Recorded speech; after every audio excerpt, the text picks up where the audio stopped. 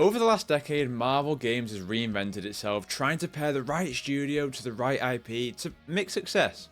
Sometimes they've got it bang on with Spider-Man and Insomniac or Marvel Rivals and NetEase, while others, they haven't, like the live service gamble of Marvel's Avengers, which had quite a confused identity. That was a Crystal Dynamics-led project under Square Enix at the time, but there was a second Square Enix Marvel game to follow, developed by Eidos Montreal, a project focused on the Guardians of the Galaxy, a team of heroes that had been given a new wave of popularity following James Gunn's excellent MCU movies. A game that genuinely shocked me at release. I remember a Marvel dominant PlayStation showcase back in 2021 that saw the reveal of Marvel Spider-Man 2, showcasing Peter and Miles would be facing off against Kraven and Venom, and a second Insomniac project, a brand new game focused on Wolverine. And at the same showcase, there was a story trailer for the Guardians of the Galaxy game. I just remember after the showcase, nearly forgetting that the Guardians was even there at all. In the run up to its release, the game just didn't look good. The Guardians themselves looked like worse versions of their MCU counterparts, the combat and gameplay seemed to lack any kind of fluidity, and after the reception of Avengers, there wasn't much trust in a second Square Enix Marvel game. The truth is, I was wrong. Many were wrong. Marvel's Guardians of the Galaxy is an excellent game, and somewhat of a throwback. Unfortunately, despite decent reviews, the game did not meet expectations, and since then, Eidos Montreal have been in free fall under Embracer Group, with rounds of layoffs and layoffs. Over the past week, I've replayed the game for the first time since launch, and I'm just as impressed now as I was back then. Often when it comes to mainstream Marvel, we're exposed to the street level threats of New York or the planetary threats of Avengers.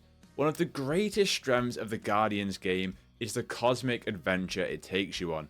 Guardians of the Galaxy feels like a throwback to the PS2 and PS3 era in the most complimentary way possible. A linear action adventure game that still manages to capture the cosmic scale of this side of the Marvel Universe. It is a visual feast. The lighting and environments here are mesmerizing, and it all feels so cohesive as a package.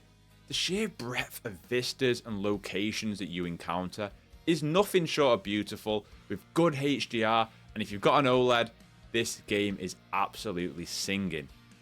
What I want to say above all about Guardians of the Galaxy is that this is a feel-good game.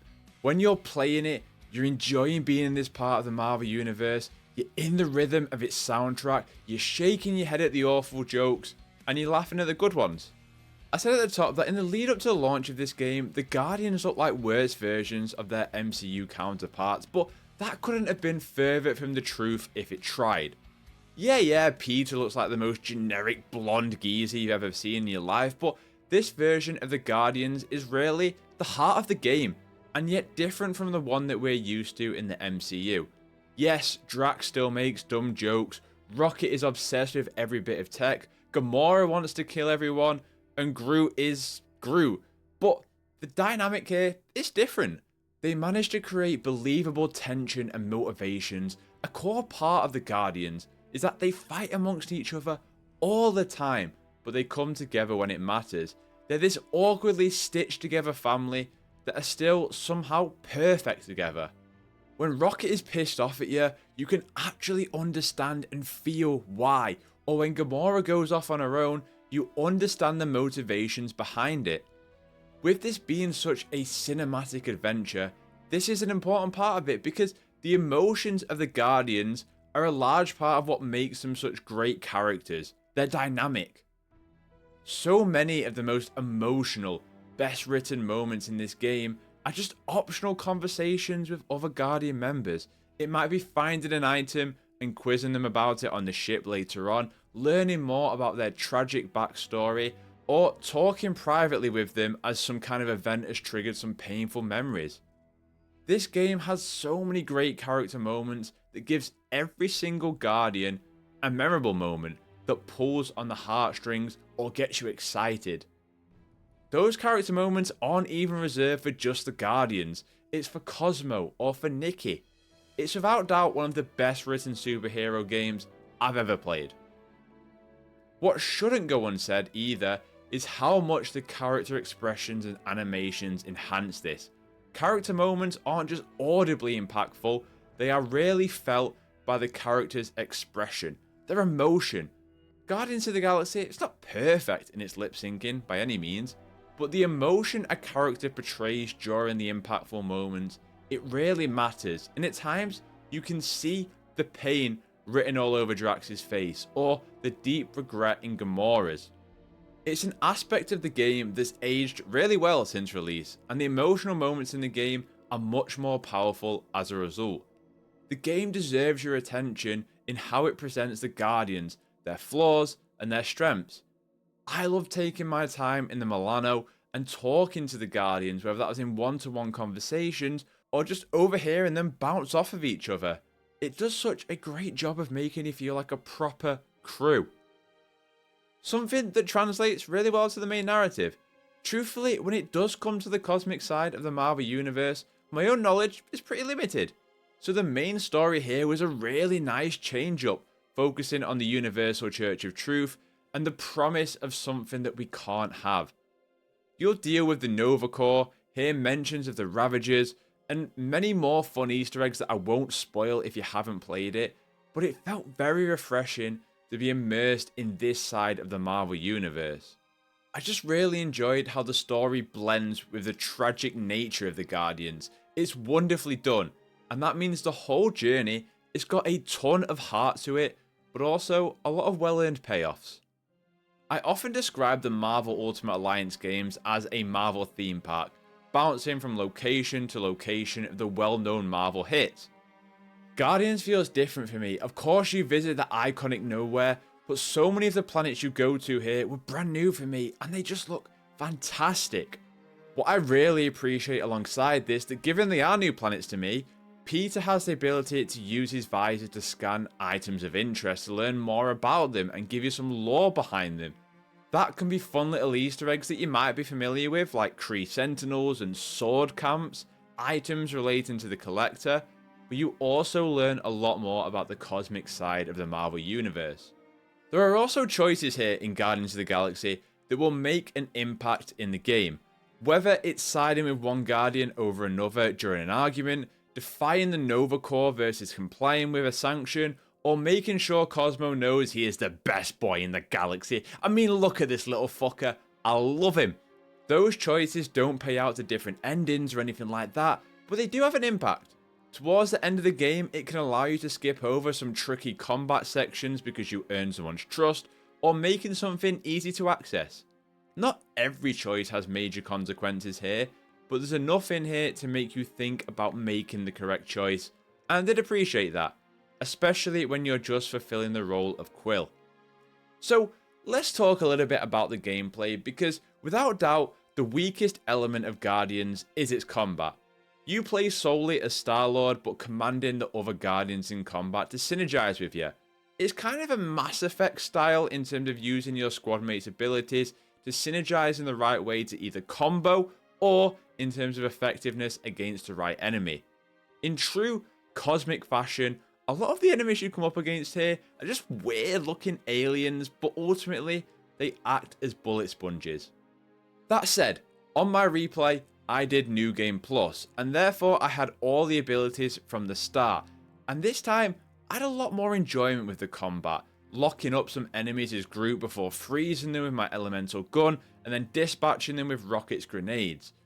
With all that said, the game does actually give you difficulty settings that, if you're not really feeling its combat, you can adjust many combat settings to do more damage, receive less damage, increase or decrease ability cooldowns, and a few other options that, if you're there for the cosmic adventure and the storytelling, but you find the combat a little tedious at times, you can change it up. But I do think there are moments where the combat can really click.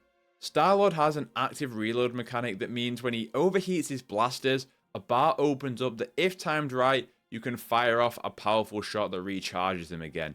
Each Guardian has 3 abilities and 1 super ability that, as you start to understand how it all works together, you can quite quickly dispatch enemies. There is an upgrade system too. There's two types of currencies that you'll pick up in the missions through exploring that when you reach a workbench, Rocket can upgrade those abilities even further. So look, the combat is the weakest part of the game, no doubt, but that doesn't mean it's bad.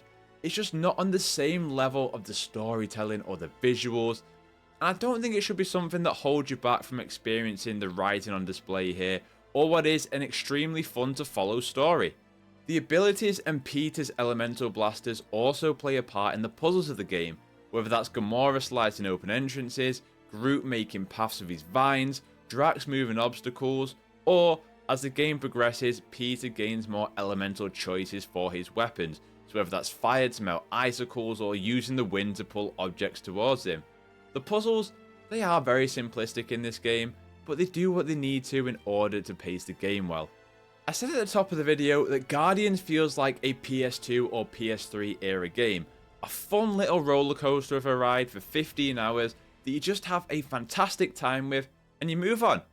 As gaming has progressed and more games feel the need to hit a certain criteria of content to justify their existence or price point, it's one of my favourite aspects of Guardians.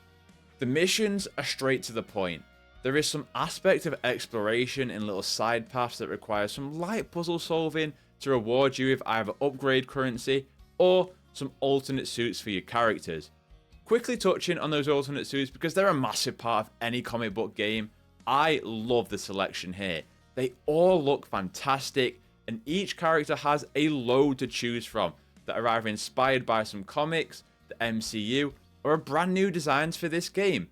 Perhaps my favourite aspect about them is crediting the origins of them, telling you where this look first debuted and the writers and artists involved, which is a small touch, but I only imagine being a kid all over again, playing this game and then seeing the Apocalypse suits and wanting to read that comic and find out more where they came from.